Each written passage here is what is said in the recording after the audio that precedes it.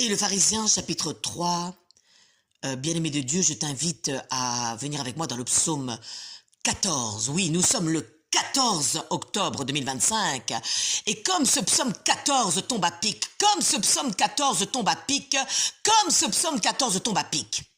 Alors, on va le dire rapidement.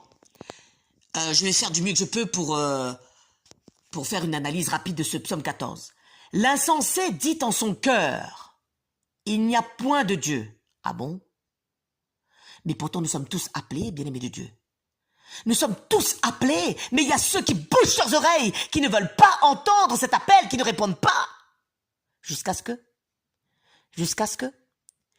Et il y a ceux qui répondent à l'appel de Dieu sur leur vie et qui font du mieux qu'ils peuvent. Pour œuvrer pour ce royaume de Dieu. Ils se sont corrompus, ils ont commis des actions abominables. Verset 1. Il n'en est aucun qui fasse le bien. Il n'en est aucun qui fasse le bien. L'Éternel du haut des cieux regarde les fils de l'homme pour voir s'il y a quelqu'un qui soit intelligent, qui cherche Dieu. Verset 3. Ce verset 3 du psaume 14. Tous sont égarés, tous sont pervertis. Il n'en est aucun qui fasse le bien, pas même un seul. Alors le pharisien, je ne suis pas plus que toi, je ne suis pas mieux que toi. Mais à un moment donné, il faut se mettre à genoux devant le trône de grâce et reconnaître que tu as besoin de te repentir. Reconnaître que tu dois rejeter ces choses qui parasitent ton cœur, ton âme et ton esprit. À un moment donné, il faut se mettre à genoux devant le trône de grâce et dire, Seigneur, aide-moi. Je n'en peux plus d'être comme ça, d'être hypocrite, d'être un menteur, de manipuler les uns les autres contre un tel. Nous sommes tous pécheurs.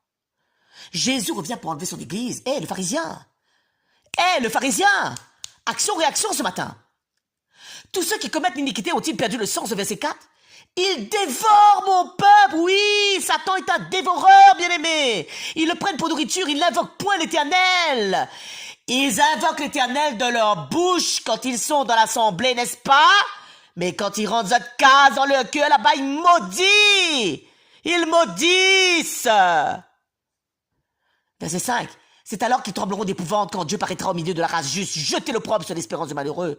L'Éternel est son refuge, bien-aimé, n'aie peur de rien, ne crains point ce matin, bien-aimé, car l'Éternel est ton refuge, alléluia. Oh, qui fera partir de Sion la délivrance d'Israël quand l'Éternel ramènera les captifs de son peuple. Jacob sera dans l'allégresse, Israël se réjouira. Israël, réjouis-toi ce matin, au nom puissant de Jésus-Christ, alléluia.